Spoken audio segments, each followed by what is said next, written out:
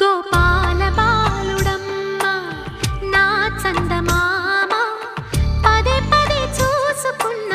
తనివి తీరదమ్మ రారా కన్నా కడుపారా కన్నా నా చిటికెలు వింటూ